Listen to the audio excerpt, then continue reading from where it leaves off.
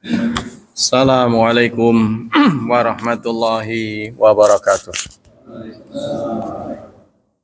Innal hamdalillah nahmaduhu wa nasta'inuhu wa nastaghfiruh wa na'udzu billahi min syururi anfusina wa min sayyiati a'malina. May yahdihillahu fala mudhillalah wa may yudlil fala hadiyalah. Ashhadu an la ilaha illallah wa ashhadu anna Muhammadan abduhu wa rasuluh la nabiyya ba'dah. Allahumma salli wa sallim ala nabiyyina Muhammad sallallahu alaihi wasallam wa ala alihi wa sahbihi wa man sara ala nahjihi ila yaumiddin. Ayo ikhwah, kita lanjutkan kajian kitab Nadratun Naim, masih tentang ittiba. Ittiba adalah mengikuti Rasulullah sallallahu alaihi wasallam. Kalau dalam kajian usul fiqh, ittiba itu mengikuti dengan alasan, tahu dalilnya. Kalau mengikuti tanpa alasan, hanya melihat sosok, itu disebut dengan taklid. Ini yang banyak dilakukan oleh kaum muslimin. Kebanyakan itu taklid, meskipun mereka mengatakan ittiba, tapi nggak tahu dalil. Nah, di sini disebut, akan diuraikan beberapa ayat Quran ya. Ayat Qurannya banyak, tapi saya akan merujuk kepada hadis-hadis. Dari Umar bin Khattab radhiyallahu annahu atan nabiyya bi kitabin. Suatu saat Umar bin Khattab datang kepada Rasulullah membawa tulisan. Asabahu min ba'di ahlil kitab, yang dia dapat dari ahlul kitab. Jadi ada catatan dari ahlul kitab. Ahlul kitab yang dimaksud kalau bukan dari Yahudi, dari Nasrani. Faqara'ahun nabiyyu, lalu dibacakan di hadapan Nabi. Faghadiba, Rasulullah marah. Faqala amutahawwirukun atum mutahawwirukuna fiha ya ibnal Khattab, apa kalian masih bingung? Walladzi nafsi biyadihi laqad ji'tukum biha bayda'a naqiyah. Sungguh aku telah datang kepada kalian dengan kitab yang bayda, putih dan bersih. Artinya kamu masih bingung tah dengan kebenaran, sehingga masih membawa catatan-catatan. Padahal yang aku bawa ini adalah putih bersih. La tas'aluhum an syai'in. Jangan kalian tanyakan mereka sesuatu, fayukhbirukum bihaq fatukadzibu bihi. Jangan kalian tanyakan kepada mereka sesuatu yang jika dia benar, jika mereka benar, maka kalian dustakan. Au bibatil fatusaddiquna bih, atau kebatilan yang kalian benarkan. Walladzi nafsi biyadihi law anna Musa kana hayyan ma wasi'ahu illa ayat tabi'uni.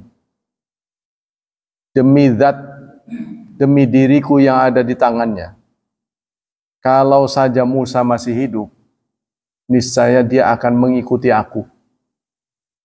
Ya, jadi pada momen ini Rasulullah mengingatkan kita, kenapa kalian masih mengambil catatan-catatan dari orang lain yang kalian tidak tahu persis benar salahnya. Kalau benar, nanti kalian dustakan. Kalau salah, nanti kalian benarkan. Ya, cukup kalian ambil dari ajaranku gitu. Ya. Kalau sekarang Nabi Musa masih hidup sekalipun, dia akan menanggalkan apa yang ada pada bukunya. Dan dia akan mengikuti aku. Lebih-lebih kalian. Ya, ini yang peringatan dari Rasulullah.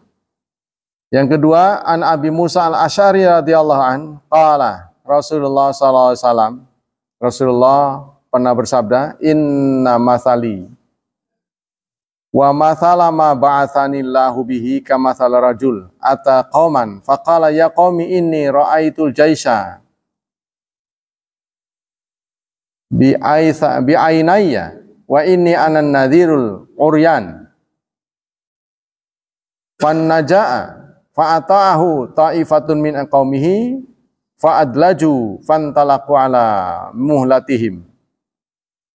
Perumpamaan aku dengan suatu kaum, kalau aku diumpamakan ya hubungan dengan kaum itu seperti orang yang mengatakan kepada masyarakatnya, wahai masyarakat, wahai saudara-saudara, aku melihat pasukan sedang menuju kemari, pasukan sedang ke sini. Aku adalah orang yang memberi peringatan. Yang dengar ada yang nurut, ada yang enggak. Maka yang nurut selamat. Ya, yang enggak nurut terbunuh habis. Itulah Rasulullah contohkan tentang posisi dirinya dengan umatnya. Ya. Apa peranan Rasulullah? Memberi peringatan bahwa apa yang dibawa olehnya itu adalah benar. Waman asani wa mithlu man asani wa kadzdzaba ma jitu bi minal haq. Itulah perumpamaan orang yang taat kepadaku. Fadzalika mathalu man ata'ani. Perumpamaan orang yang taat kepadaku dan mengikuti apa yang aku sampaikan. Dan perumpamaan orang yang maksiat dan mendustakan apa yang aku bawa. Jadi ini yang yang rumit. Yang pertama kita harus garis bawahi dari apa yang dinyatakan oleh Rasulullah ini, kita sebagai umat Nabi ini harus bisa membedakan mana wahyu, mana produk akal. Itu aja pertama. Produk akal itu budaya, adat istiadat, kebiasaan, anggapan benar, dan sebagainya. Mana wahyu, mana produk akal, itu dulu. Terlepas dari ya kita setuju atau tidak, mana yang wahyu, mana yang akal, itu yang tidak semua orang bisa. Nah, setelah kita pisahkan, ya, maka produk akal ini dalam hal apa? Kalau dalam hal masalah akidah tidak boleh masuk. Masalah ibadat, ritual tidak boleh masuk. Tapi dalam hal keduniaan, patokannya itu adalah maslahat. Ya, Islam juga sama, menerima akal, karena akal itu memang berasal dari Allah. Berapa ayat menyuruh kita menggunakan akal. La'alakum ta'qilun, la'alakum tatafakkarun. Tapi dalam hal yang berkaitan dengan akidah, ya, ritual, itu harus sama persis. Nah, sama persis ini tidak mudah, ya kan? Jadi harus banyak latihan-latihan. Dari Abdullah bin Mas'ud radhiyallahu an, qala khattalana Rasulullah sallallahu alaihi wasallam. Suatu saat Rasulullah membuat garis. Summa qala hadza sabilullah. Ini adalah jalan Allah. Jadi Rasulullah membuat 3 garis. Di tengah, ini jalan Allah. Kemudian di kanan dan kiri, ini adalah subul. Jalan yang menyesatkan. Jadi dari garis yang ditulis oleh Rasulullah, sudah jelas buat kita bahwa kebenaran itu amat susah, ya kan? Karena didampingi oleh kebatilan. Kanan kebatilan, kiri kebatilan. Kalau menurut saya sih, hemat saya, yaitu sebagai muslim itu patokannya 2. Mengupdate informasi, mengupgrade diri, seumur hidup. Ya, tidak bisa, sebagian-sebagian tidak bisa. Karena kita itu cenderung lupa. Ya, mudah lupa, gampang tergoda. Nah, itu. Sifat asli manusia itu begitu. Mudah lupa, gampang tergoda. Untuk itulah Allah fadzakir. Ingatlah. Fa inna dzikra tanfa'ul mu'minin. Karena peringatan itu berguna bagi mukmin. Dia terus menerus ngaji. Jadi momen yang paling tepat yang ngaji. Kajiannya itu harus betul-betul literatur. Kajian literatur. Jadi si penyaji dengan si pendengar tunduk pada kebenaran. Kadang-kadang diramu dulu, nah itu yang esai itu. Kajian luas, kajian bebas. Ceramah-ceramah itu diramu sedemikian rupa supaya enak didengar. Bukan itu. Jadi baik si pembaca mau si pendengar itu tunduk pada kitab. Dan biasanya berat. Yang keempat dari Abi Hurairah radhiyallahu an, qala Rasulullah sallallahu alaihi wasallam. Rasulullah bersabda, "Man da'a ila huda kana lahu min ajri mithlu ujuri man tabi'ahu." Barang siapa yang berdakwah, mengajak kepada kebenaran, huda, petunjuk ya. Kana lahu, dia akan mendapat balasan, pahala, mislu ujur, setara dengan pahala-pahala. Itu bukan satu pahala. Orang yang mengajak kebenaran, dia akan mendapat pahala-pahala. Man tabi'ahu, orang yang mengikutinya. Nah, itu sama dengan kita lihat marketing ya, multi market di bawah kakinya itu. Ya, kalau kita berhasil merekrut dua ini merekrut lagi, multi level, itu akan banyak. Ya, kalau kita hanya 2 saja, sehari 2, Anda bisa kalau nggak percaya itu dalam setahun bisa ribuan. Ya, sehari ini kita 2, yang 2 ini merekrut lagi 2. Terus saja, itu dalam setahun ribuan. Ya, maka ini benar. Ya, di sini Rasulullah menyatakan, barang siapa yang mengajak kepada kebenaran, maka dia akan mendapat pahala. Seperti pahala-pahala, bukan satu pahala. Pahala-pahala orang yang mengikutinya. Jadi merekrut. Tapi kita nggak usah berkecil hati kalau mereka nggak mau. Karena di Indonesia beragama itu bukan wajib, hak. Beda dengan Arab Saudi. Ya. Menjadi muslim di zona tertentu itu wajib. Kalau di Indonesia ini hak. Seorang muslim tidak menjalankan Islam itu tidak akan dikenakan pasal di Indonesia. Jadi kita harus mengerti kita ada di mana. Kita nggak bisa memaksakan. La ikraha fiddin. Kalau dia nggak mau, ya itu bukan tugas kita. Tugas kita adalah menyampaikan. Syukur kalau nggak mau. Syukur kalau mau. Kalau nggak mau, ya kita cari yang lain terus. Begitu aja. Tugas kita itu bukan supaya orang mau. Sebab Allah sendiri menyatakan, walau syi'na la'ataina kulla nafsin hudaha, walakin haqqal qawlu minni, la'amla'anna jahannama minal jinnati wan nasi ajma'in. Ya, jadi kita melakukan dakwah ini buat kita, bukan buat dia. Saya berdakwah begini ada kewajiban. Saya punya ilmu sedikit, saya sampaikan. Kalau Anda nggak mau, nggak ada masalah, no problem, tidak ada masalah. Nanti yang bertanggung jawab Anda sendiri dengan Allah. Tanggung jawab saya hanya sebatas menyampaikan. Apalagi di Indonesia ya.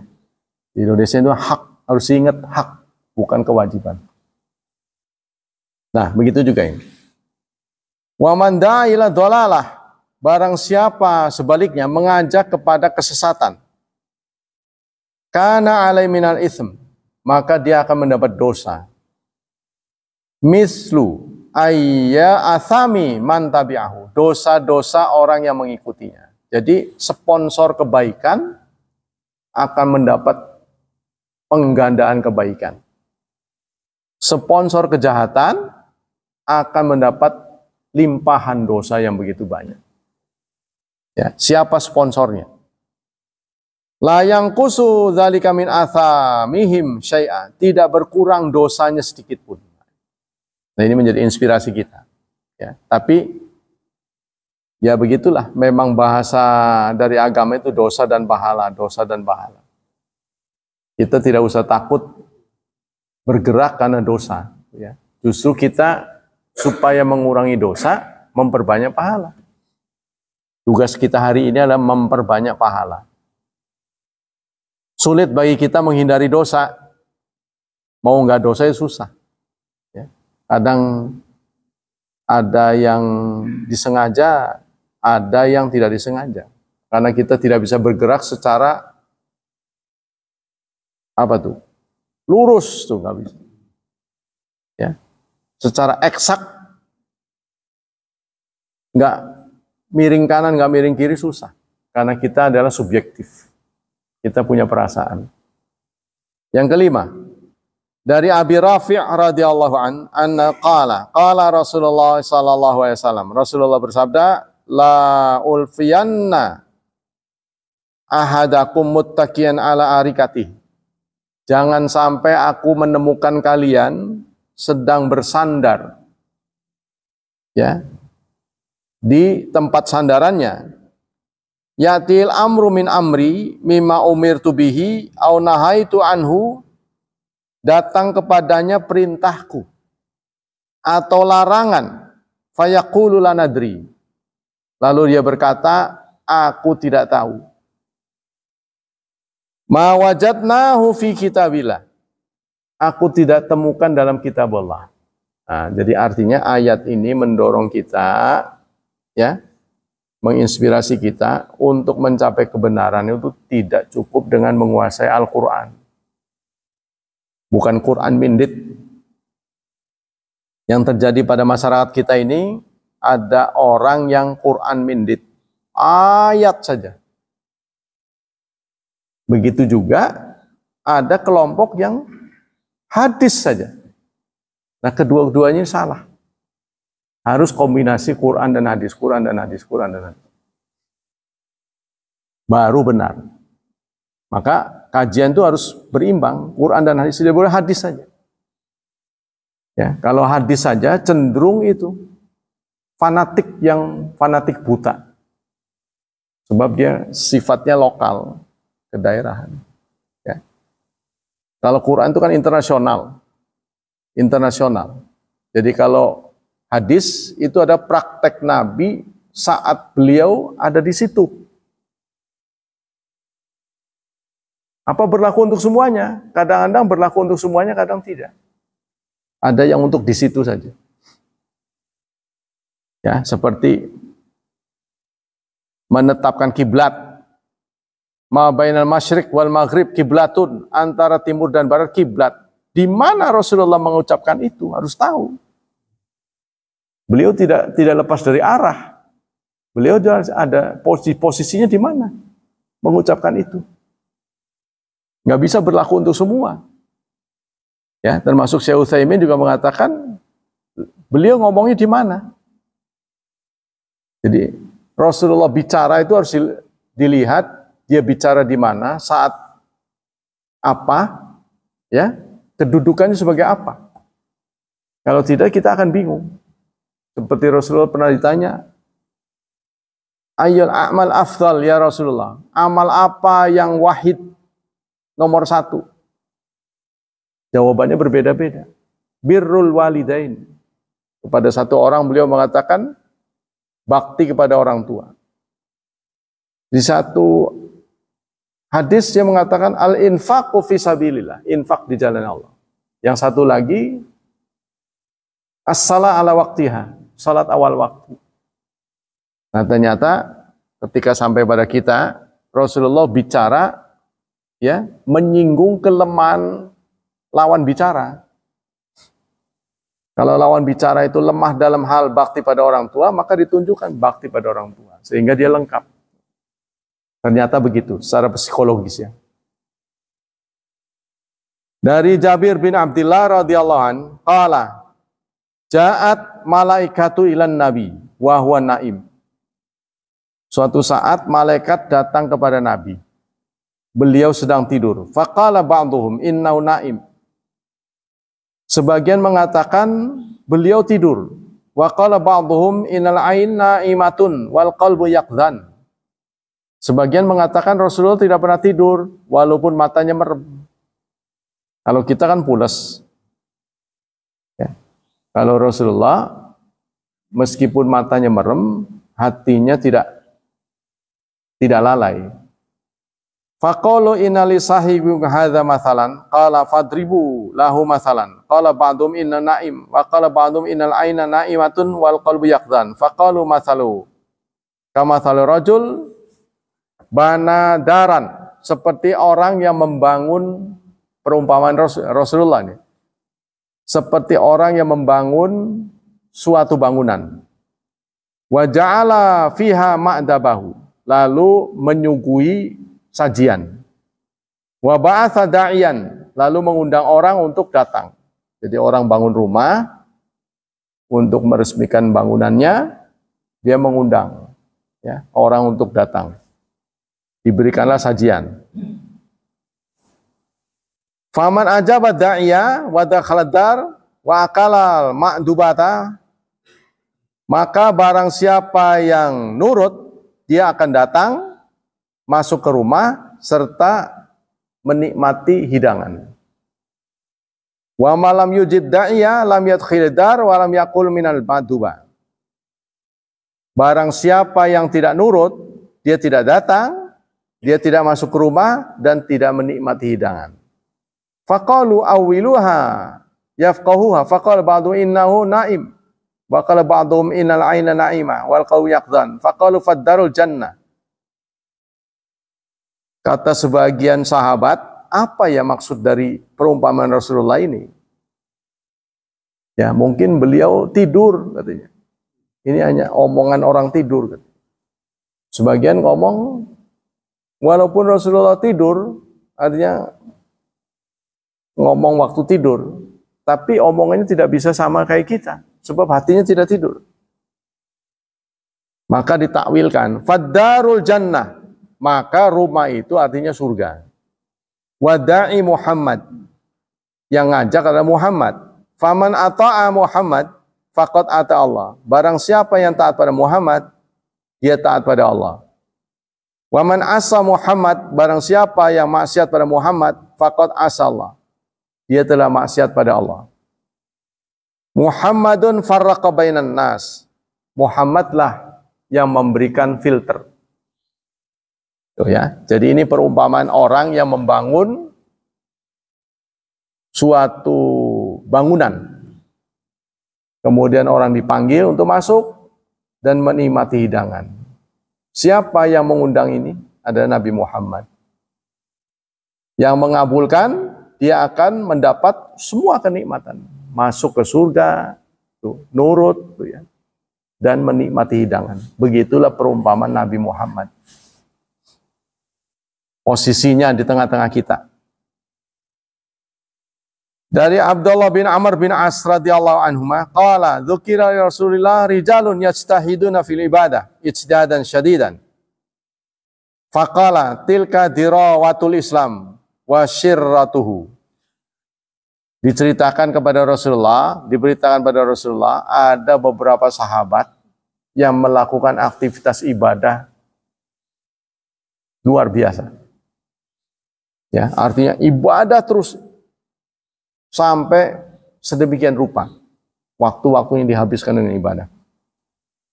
Yang beritanya sampai pada Rasulullah. Rasulullah memberikan komentar, itulah dirawatul Islam. Artinya klimaksnya. Orang kalau sudah cinta pada ketaatan, dia akan melakukan ya agenda-agenda kegiatan luar biasa dengan penuh dengan ketaatan. Tapi Rasulullah mengingatkan walikuli dirawah syiratun, dan setiap dirawah ada titik klimaksnya. Jadi kita dalam melakukan ketaatan itu kira-kira, ya, jangan sampai sedemikian rupa diforsir sehingga nanti akan tiba titik bosan. Nah, ketika dia titik bosan sampai ke titik nadir bosan, itu harus kembali kepada sunnah minimal. Maksudnya begini, kita boleh jadi suatu saat saking semangatnya melakukan semua ketaatan, ya, yang sunnah muakkad dilakukan, sunnah ghair muakkad. Nah, nanti akan tiba saatnya bosan. Nah, kalau dia sampai bosan, jangan sampai meninggalkan yang minimalis, yang wajib, ya. Tapi ada orang tertentu yang meninggalkan semuanya. Kalau lagi semangat, ya, jidatnya sampai hitam kayak areng, dikusuk-kusukin. Begitu lagi kumat, polos, nggak pernah datang lagi ke masjid. Nah, ini tidak baik begitu. Jadi kita dalam melakukan ibadah itu teratur, lebih baik teratur. Rasulullah mencontohkan yang apa yang terbaik ya Rasulullah? Amal itu adwamuha, yang rutin. Nah, ini tergantung pada kita, kekuatan kita. Kalau kita belum kuat, naiknya pelan-pelan. Ya, contohnya mulai witir. Anda tidak terbiasa sholat malam, udah mulailah dengan 1 rakaat. Kalau belum ikhlas, bangun lama. Masih waktunya dihabiskan dengan tidur, ya, nikmat tidur. 1 rakaat tidur lagi. Serutin, beri tempo. Ya, udah mampu, rutin mampu, naikin 3. Terus begitu. Tapi walaupun ini naikin, ada batasnya, yaitu 13. Maksimal 13. Atau yang rutin dilihat oleh Aisyah 11. Tidak boleh terus mampu 13, 15, 17, nggak boleh. Sehingga ada yang mengatakan seseorang melakukan sholat 1000 rakaat, itu bid'ah itu. Memang, ya itu pernyataan pengen di alam. Melewati batas itu tidak dibolehkan dalam Islam. Tidak boleh. Ya, jadi jangan, wah itu ada orang sholatnya sampai 1000 rakaat. Dari mana 1000 rakaat? Coba Anda hitung aja, Anda melakukan sholat 2 rakaat berapa menit? Kali. Iya, coba bagaimana? Semalam itu Anda kan suka dengar waliullah. Dari mana? Yang menyatakan waliullah siapa? Yang menyatakan waliullah itu siapa? Tidak ada. Hanya Nabi yang punya kuasa untuk menetapkan ini soleh, ini tidak. Selain itu kita hanya semoga, menawa. Kita hanya begitu status kita. Semoga kita tercatat sebagai orang saleh. Semoga kita ditakdirkan menjadi orang saleh. Nggak bisa kita mengklaim diri orang saleh, nggak bisa. Wala tuzakku anfusakum. Jangan menganggap diri Anda bersih. Ya, sebab juru bicara itu sudah tidak ada. Juru bicara Allah yang menetapkan Rasulullah, ya. Kamu takwa, kamu tidak, kamu masuk neraka, kamu surga. Itu hanya Rasulullah. Selain beliau tidak ada. Nah, ini kita diajarkan berdasarkan hadis ini agar menjaga minimal yang wajib. Jadi kalau ada orang sholat wajib saja, udah jangan diaru-aru. Mungkin hatinya sedang tidak nyaman. Tapi kalau sampai nggak wajib, nah ini yang baru anak kita wajibnya saja. Habis sholat tok tidur, nggak apa-apa. Ya kalau sunnah kita diamin terus, ya. Kebanyakan kita tuh begitu, kalau semangat tuh semua. Nah ini setan akan masuk. Ketika kita semangat, nanti dia ngaruh-ngaruh. Weh, bangun. Jadi orang saleh itu harus sholat malam. Itu dengan tidak sadar dia memberitahu, saya ini sedang sholat. Nah itu masuk ke riya. Inilah potret orang soleh. Dia sendiri yang dipotret, dia sendiri yang posting apa begitu. Pengakuan itu harus dari orang lain, jangan dirinya. Menulis sendiri Hafiz, Ustadz Doktor Hafiz Syarif Hidayatullah yang memposting saya. Hafal cuma juz ke-30, ya Allah. Jangan begitu. Pengakuan itu dari orang lain. Kita nggak bisa menutup mulut orang. Jangan panggil saya haji sih. Jangan biarin aja dia mau haji, mau apa itu. Natural aja. Kalau kita tidak haji dipanggil haji, baru kita marah. Tidak seperti itu, Anda bohong. Tapi kalau kita ustadz dipanggil ustadz, biarin aja mulut-mulut dia. Bapak mau dipanggil kiai, mau haji, mau mamang juga masalah. Natural saja. Jangan mempengaruhi orang, mulut-mulut dia. Coba kalau orang memanggil berlebihan, itu yang tidak boleh. Ya kan? Itu di luar kapasitas kita. Kita tidak bisa mengatur orang, suka tidak suka. Karena ada yang menyebut suka, ternyata dia sebenarnya nggak suka. Sedang menguji kita. Nah, kita hidup begitu mesti. Kita kembali ke sini. Famangkana fatratu ilaktisad, barang siapa waktu fatrahnya, fatrah itu lagi malesnya,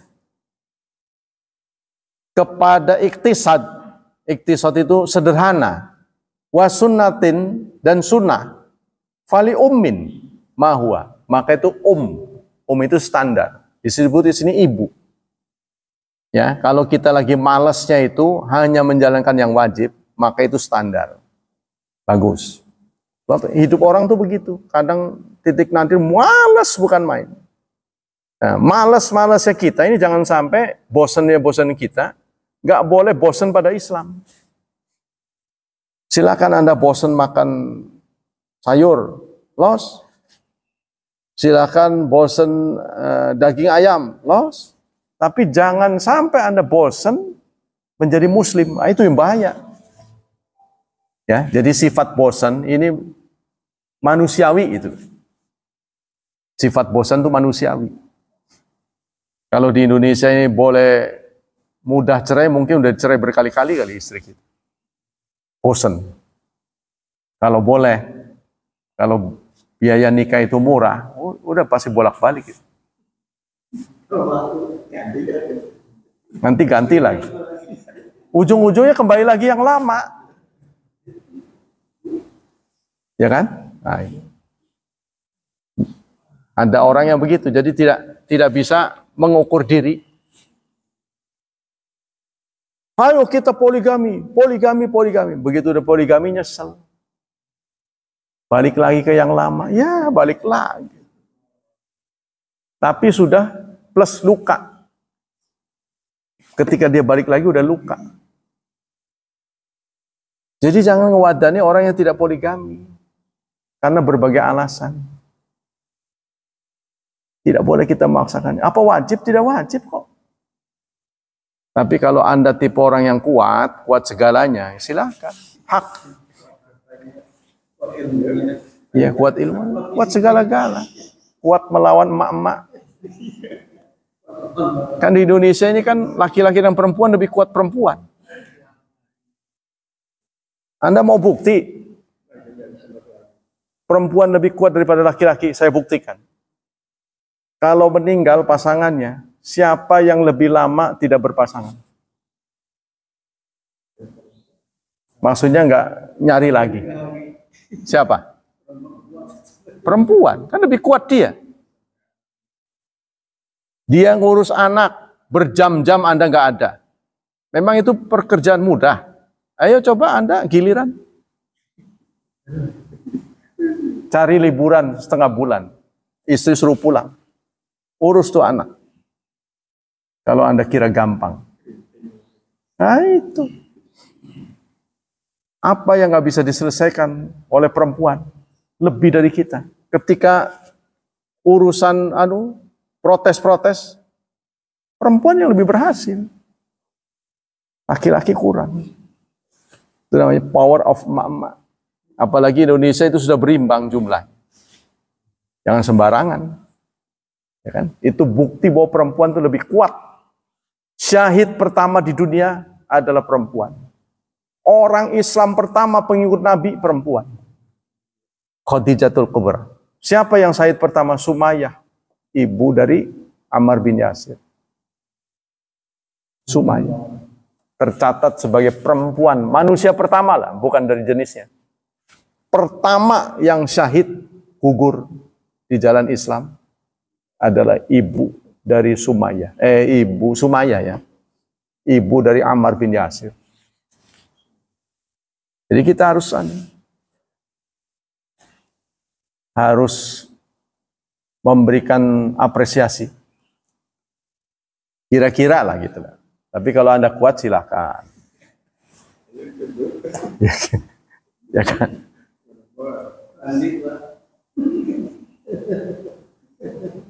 Wa man kana fatratu ila ghairi dzalik faqad halaka. Barang siapa yang waktu fatrahnya, waktu lemesnya itu malah meninggalkan Islam, maka faqad halaka. Dia telah binasa. Nah ini saudara, yang paling saya takutkan itu bosan menjadi muslim. Anda harus khawatirkan. Orang selevel Nabi saja masih mengulang-ulang doa Allahumma ya muqallibal qulub sabbit qalbi ala dinik. Setipe Rasulullah. Maka sahabat yang mendengar itu heran. Arti ya muqallibal qulub, wahai pembolak-balik hati, teguhkan hatiku di atas agamamu. Ya Rasulullah, kalau itu diucapkan oleh kita-kita, gak heran.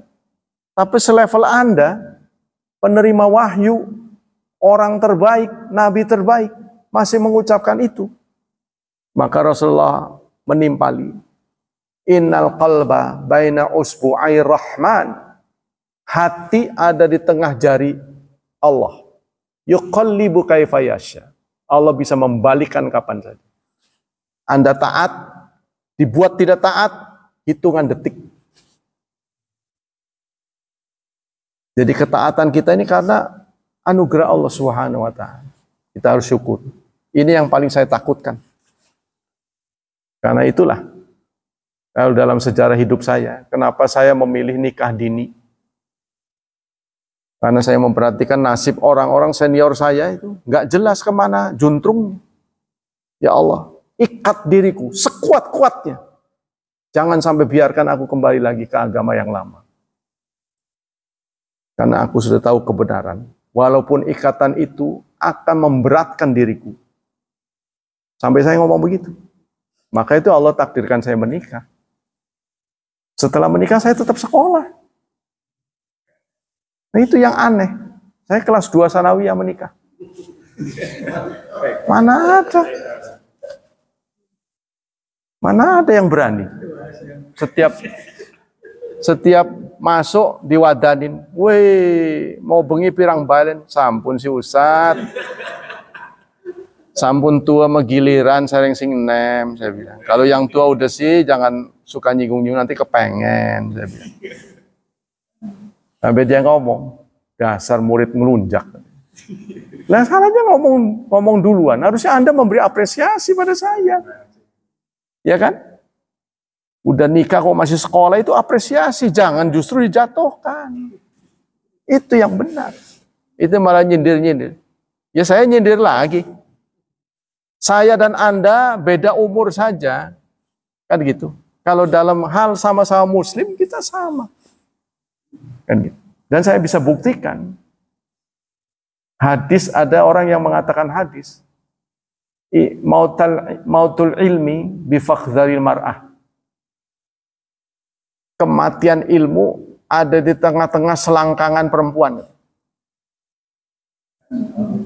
Itu diviralkan oleh dunia ustadz. Dia sering ngomong untuk memberi inspirasi pada murid. Hadis ini palsu. Saya buktikan. Hadis ini palsu, saya buktikan. Saya tidak terhenti. Tetap sekolah. Nah ya. Itu yang saya khawatirkan. Termasuk saudara.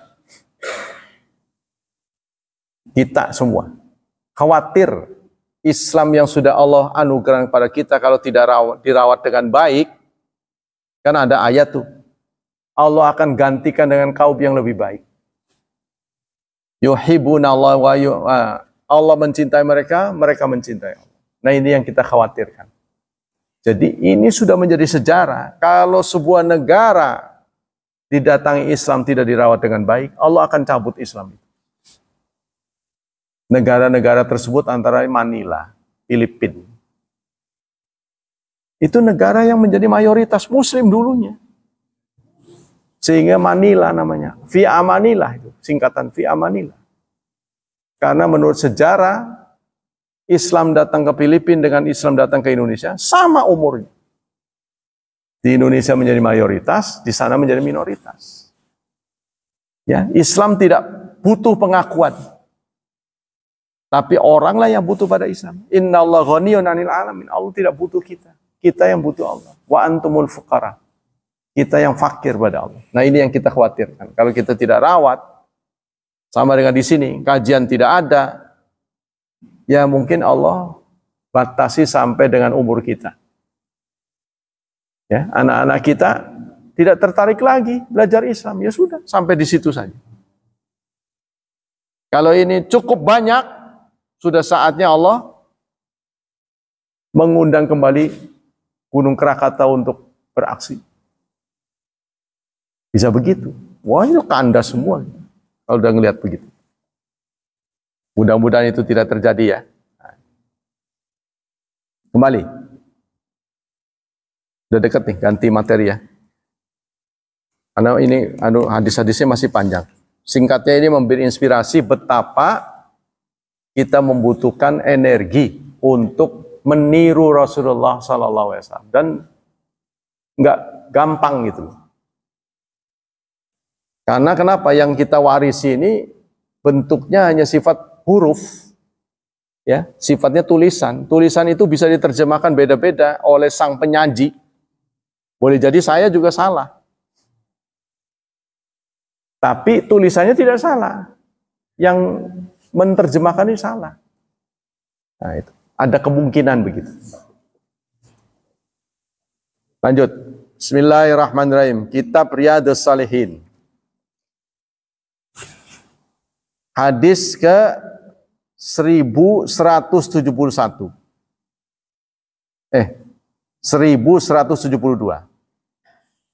Qala kana Rasulullah sallallahu alaihi wasallam yuftir minasyahri hatta nadhunnu alla yasuma minhu.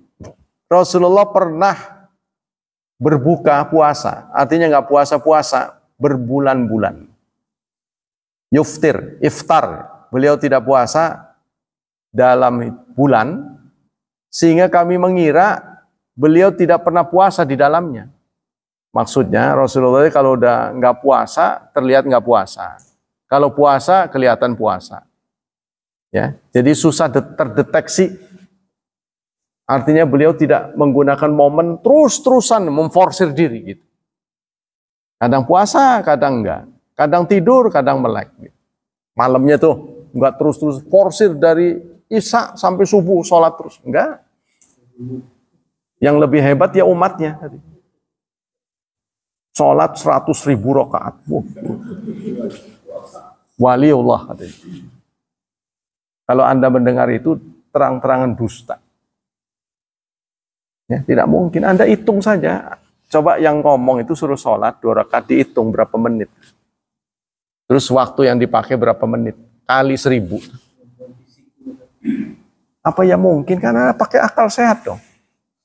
Dihitung aja. Suruh sholat 2 rakaat. Coba kamu sholat 2 rakaat, hitung berapa detik.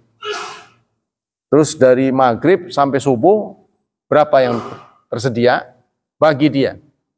Assalamualaikum, Allahu Akbar. Assalamualaikum, Allah. Terus. Ujung-ujungnya gempor. Ya, dibawa ambulans. Kita kembali di sini. Kemudian wa yasumu hatta nadhunu ala yuftira minhu syai'an. Dan suatu saat Rasulullah puasa sehingga kami mengira beliau tidak pernah berbuka. Kalau udah puasa nggak pernah kelihatan berbuka. Kalau udah berbuka, nggak pernah kelihatan puasa. Apa yang ditangkap oleh wa kana la tasya antarahu minal lail musallian ila ra'aita. Dan dia Rasulullah, kamu tidak ingin melihatnya suatu saat salat kecuali engkau lihat.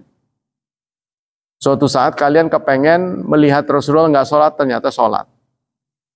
Ya, ketika dilihat lagi salat ternyata enggak. Jadi maksudnya susah ditebak gitu. Ya, artinya jam segini pasti sholat, ternyata enggak. Wah, pas lagi tidur, ternyata sholat. Itu kan? Jadi gerakan Rasulullah itu tidak rutin dalam suatu ketaatan. Kadang begini, kadang begitu. Kan ini dinamika hidup kan? Kita nebak Rasulullah nggak pernah ke pasar, ke pasar. Dikira orang pasar, jarang di pasar.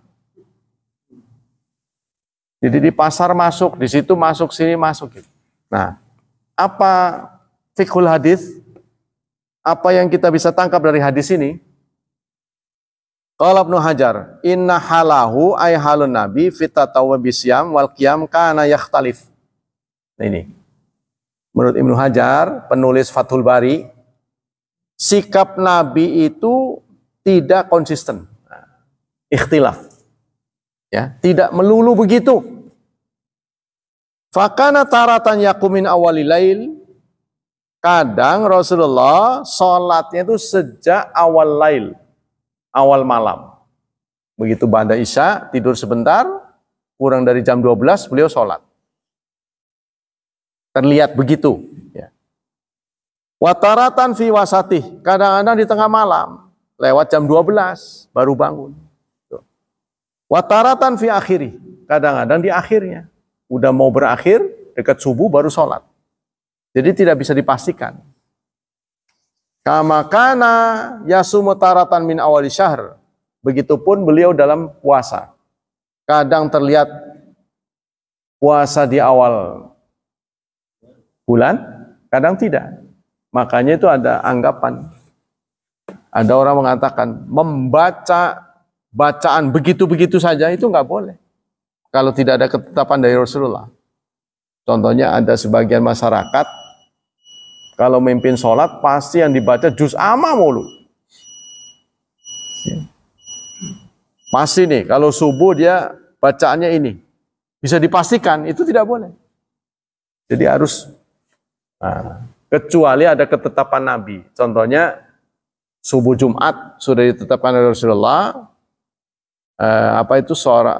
sajadah surat 32 rakaat kedua surat 76 Al-Insan atau Sabbismi Rabbil A'la ada yang Qosyah, contohnya itu ya. Kalau sudah ada ketetapan Nabi boleh, tapi kalau tidak ada ketetapan itu saja, ini tidak sesuai. Jadi harus kombinasi. Begitu juga kita membaca doa iftitah. Kadang Allahumma ba'id, kadang wajjahtu, kadang subhanallah walhamdulillah wa la ilaha, ada banyak redaksinya. Sehingga ada guru yang menetapkan pokoknya kalau membaca iftitah tidak dengan Allahumma ba'id, sesat. Nah dia yang sesat itu Pak. Wong Nabi nggak begitu kok. Beda-beda. Nah ini nggak boleh. Jadi harus begini, harus begini. Kombinasi. Ya, tidak boleh menetap itu saja. Fakana man arada ayyarahu fi waqtin aqatilail qa'iman aw fi waqtin akhar min aqati syam'i fa raqabahu marrata ba'da marrah fala budda ayyusadifahu qama aw sama ala wifqi ma arada ayyarahu. Jadi kadang sahabat memastikan pasti Rasulullah lagi tidur. Ternyata enggak. Pasti Rasulullah lagi sholat, ternyata enggak sholat. Susah ditebak. Karena Rasulullah menggunakan kombinasi. Ya, termasuk tarawih kan. Tarawih yang diikuti oleh sahabat itu cuma 3 malam bersama Rasulullah. Karena Rasulullah punya hak untuk diikuti tanpa perlu ditanya. Kalau kepada selain Nabi harus ditanya. Pak ngapain Pak? Nggak boleh sembarang ikut, ya kan? Contohnya, kalau orang sesudah 2 rakaat dia berdiri, jadi imam, kita jadi makmum. Imam berdiri setelah 2 rakaat tidak tasyahud. Diikuti nggak?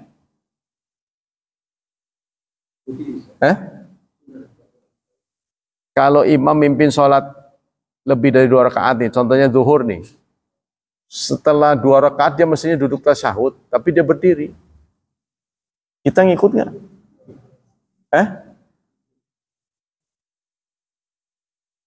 Ikut nggak? Setelah 2 rakaat kan mestinya duduk tasyahud awal, tapi dia berdiri. Kita kan nggak bisa nanya, punten kelalen tak apa nih? Nggak bisa kan? Berdiri aja, Allahu Akbar. Kita ingetin. Tapi kan masalahnya kan orang suka, selain imam suka ngomong tuh gara-garanya. Sehingga imam ngebatin itu orang lagi, subhanallah maksudnya ngomongin saya, bukan. Makanya kan suara keras tuh hanya boleh imam. Takutnya dia recok. Ngomong-ngomong itu subhanallah tuh ngingetin saya, bukan. Kan nggak bisa nanya juga. Bablas saja lah. Saya nggak mau pusing. Berdiri. Kalau dia nggak bisa diomongi, berdiri nggak kita? Kenapa berdiri?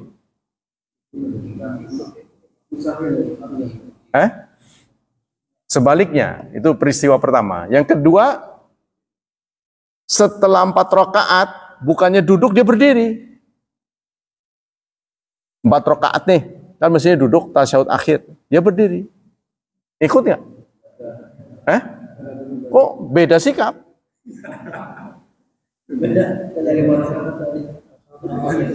Kenapa? Karena yang pertama sunnah. Ya kan? Yang pertama itu sunnah. Jadi enggak duduk pun itu tetap sah. Tapi menambah rakaat itu tidak boleh.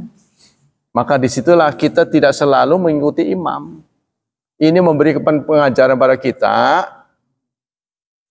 Pemimpin kalau benar harus diikuti. Salah-salah dikit nggak ada masalah. Seperti kan salah dikit tuh, nggak ada masalah.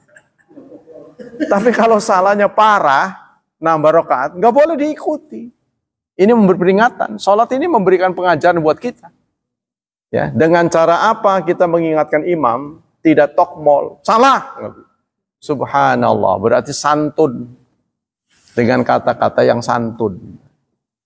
Ini memberikan cermin kehidupan. Menasihati pemimpin itu ada caranya. Ada adabnya.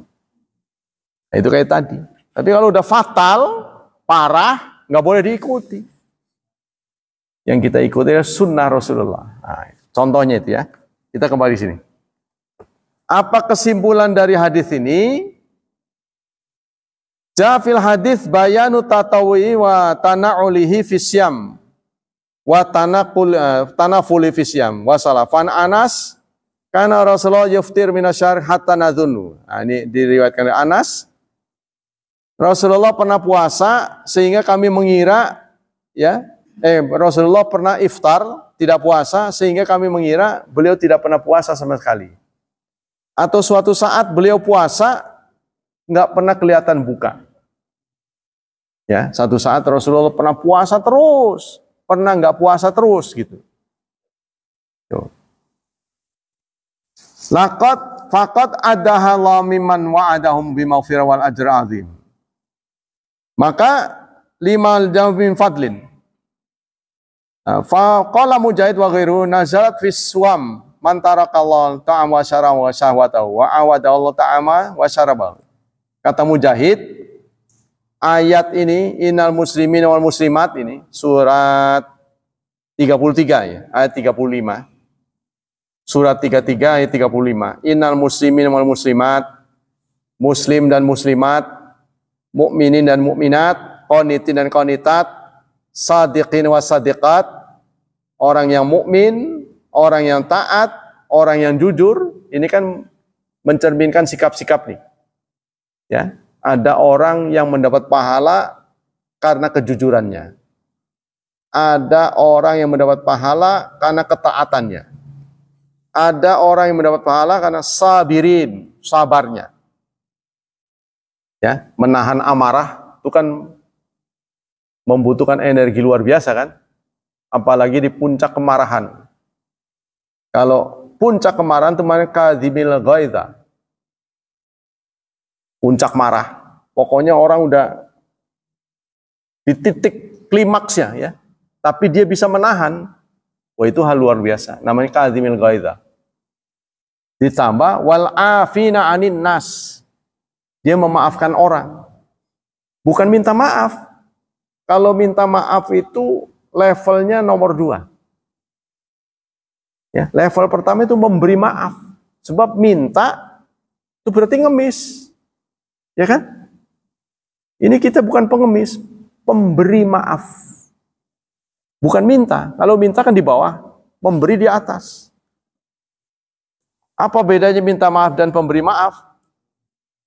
Pemberi maaf adalah orang yang dibuat korban oleh seseorang. Orang itu salah sama dia. Jadi sebelum orang minta maaf, dia sudah memberi maaf. Itu yang level nomor 1. Kemudian khasyi'ina khasyi'at, orang yang khusyuk. Nah, khusyuk juga mendapat pahala besar. Ya, artinya waktu sholat tuh tubuhnya itu kayak patung gitu. Tubuhnya kayak patung, nggak bergerak sama sekali. Kecuali wayahnya gerak. Ini tidak bergerak, dia bergerak. Itu tidak boleh. Ya. Harus diketahui kita harus menghadap kiblat.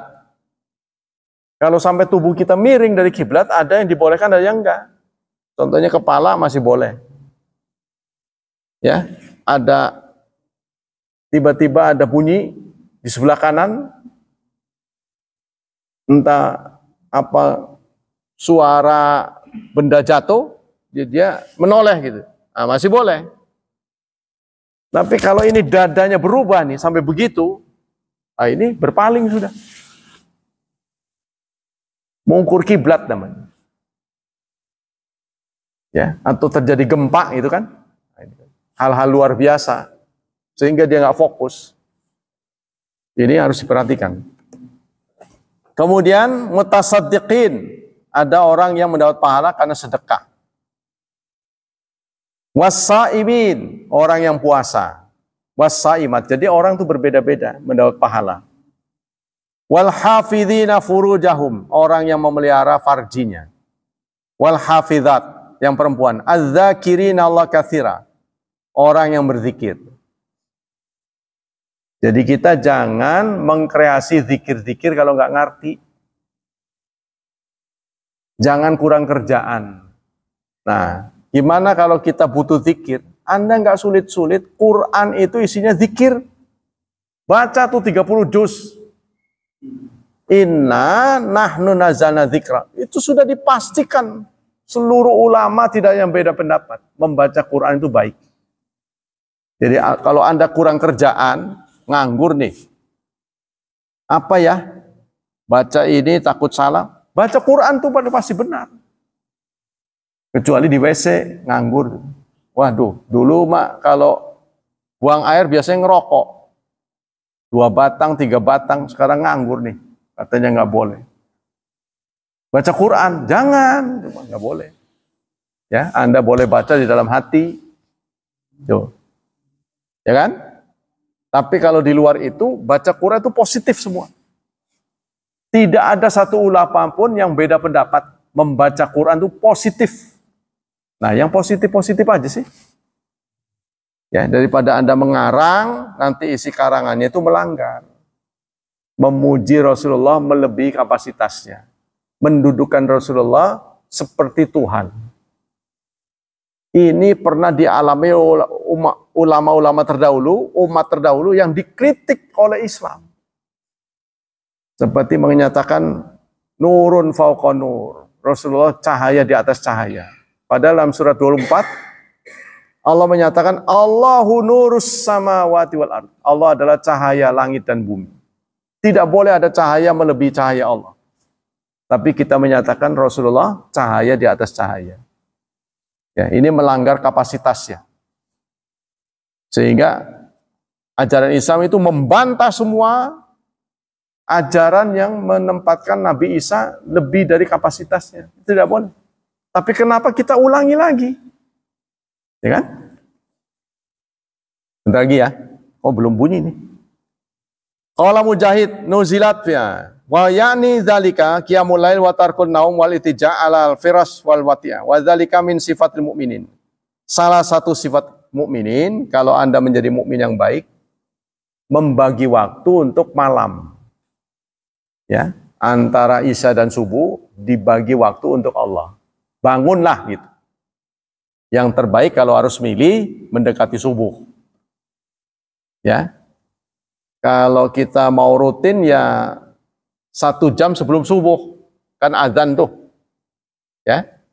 Biasanya azan 1 itu 1 jam sebelum subuh dibangunkan. Nah, itu tempat, disitulah sahur.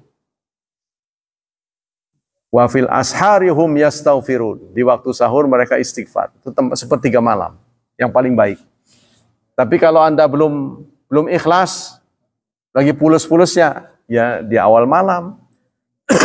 Mau tidur, kita sholat witir kalau Anda belum bisa. Ya, itulah praktek-praktek yang kita bisa rutinkan. Tapi kayaknya udah pertambahan umur kayaknya bisa sih.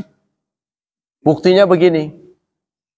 Anda adillah kepada Allah, sepanjang Anda ba'da isya tidur tuh, buang air enggak? Lah buang air dilakonin, sholat enggak? Ya kan? Kalau kita buang air, sekalian wudhu ngantuk berat, sholatlah 1 rakaat. Kalau nggak bisa, udah minimalis itu. Udah nggak bisa setengah rakaat, nggak bisa. Nggak bisa nawar lagi. Itu fix sudah. Minimal itu. Nah kalau udah bisa, tambahin. Sampai tambah itu maksimal 13. Kalau mau standar 11. Atau Anda punya rutinitas, berapa? 5, 7, 9. Nah ini terus dipakai. Nanti tiba saatnya Anda tidak kuat, maka catatan tetap rutin. Di catatan Allah itu Anda tetap rutin. Nah itu enaknya tuh. Falahum ajrun ghairu mamnun. Nah demikianlah hadirin, hafizan hafizakumullah. Semoga kajian ini menginspirasi kita semua. Semoga Allah melipat gandakan pahala kita. Semoga Allah tetap berkenan menjaga dan melindungi kita dari wabah dan fitnah, dari syubhat dan syahwat. Dan semoga Allah mentakdirkan anak-anak kita menjadi anak yang saleh, berbakti, serta berhasil di dunia dan akhirat. Subhanakallah wa bihamdika, asyhadu an la ilaha illa anta astaghfiruka wa atubu ilaik. Wassalamualaikum warahmatullahi wabarakatuh.